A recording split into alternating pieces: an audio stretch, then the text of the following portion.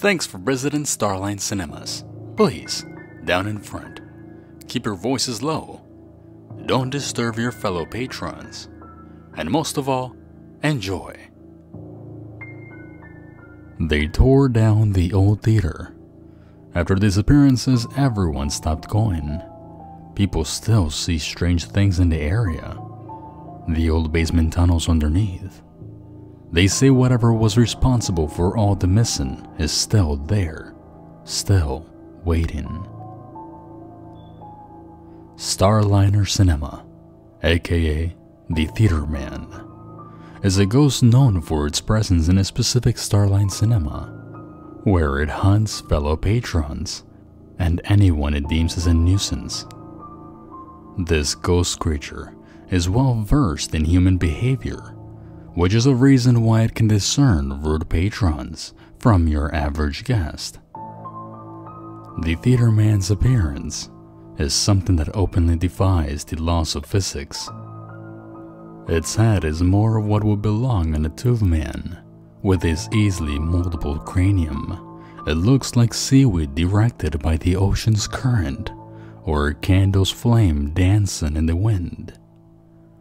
Although it looks to be made of burnt flesh, in both instances where it was spotted, the ghost's head seemed to differentiate in length and curvature, which led me to the idea that it doesn't follow the laws of physics.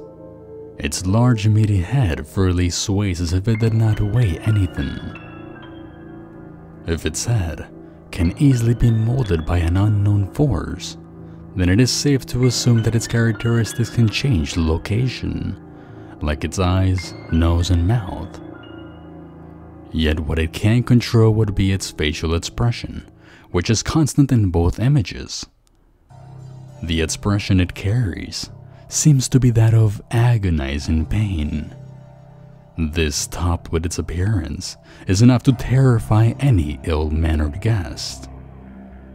Its eyes are locked into the ceiling in both occasions, which represent its pain, regret, and unfulfilled desires.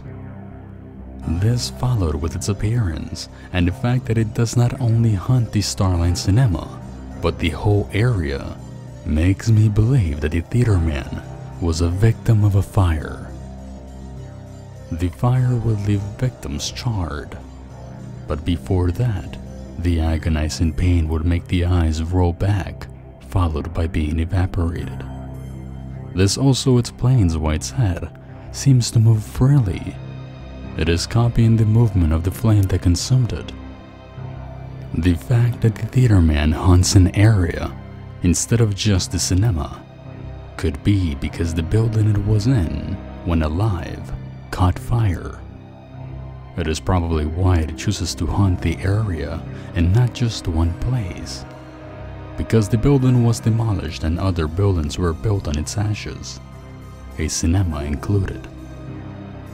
Perhaps after dying with pain, regret, and unfulfilled desires, it came back to the land of the living, spending its days bored wandering the area it's restricted to, until one day, a cinema was built on its ashes.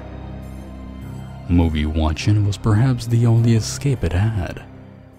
It is no wonder all those people went missing. I would also hold a grudge against those who disturbed my sanctuary. Now, a question that bothers me plenty is, what would it do with its kidnapped victims? Would the Theater Man consume them like the fire did to him? Would he shut those pesky pests up by cutting their tongues and leaving them to bleed out? Or perhaps he would just keep them separated in that dark, dark basement of his as entertainment. Fortunately, or unfortunately, the ghost was faced with backlash, and its Starliner Cinema was torn down. The Theater Man faced boredom in a lonely basement. It now awaits something or someone to distract them. If you're visiting a newly built cinema, keep your voice down and don't disturb your fellow patrons. After all, you don't exactly know what this new theater replaced, do you? Another short and interesting story. I hope you guys liked it. Talking about patrons, anyone want to become my patron? Even $1 a month would do. Make sure to subscribe and go ahead and hit the notification bell. Don't forget to add me and Trevor on social media. Today's phrase was chosen by the Rogue Mandalorian. Thanks for participating, Mandalorian. Here it comes.